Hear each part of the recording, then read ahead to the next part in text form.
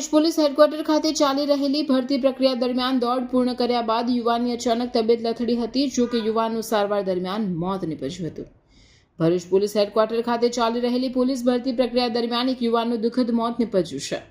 દોડ પૂર્ણ કર્યા બાદ અચાનક તબિયત લથડતા યુવકને સારવાર માટે ખસેડવામાં આવ્યો હતો, જ્યાં સારવાર દરમિયાન તેનું મોત થયું હતું। કચ્છના 25 વર્ષીય રવિરાજ જાડેજા પોલીસ ભરતીની દોડ પૂર્ણ કર્યા બાદ અચાનક બેભાન થઈ ગયા હતા।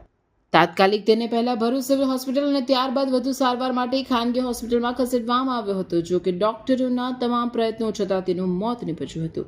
મૃત્યુ બાદ યુવકના મૃતદેહને પોસ્ટમોર્ટમ માટે સિવિલ હોસ્પિટલ ખસેડવામાં આવ્યા છે। ઘટનાની જાણ થતાં પોલીસ દ્વારા મામલાની તપાસ શરૂ કરવામાં આવી છે।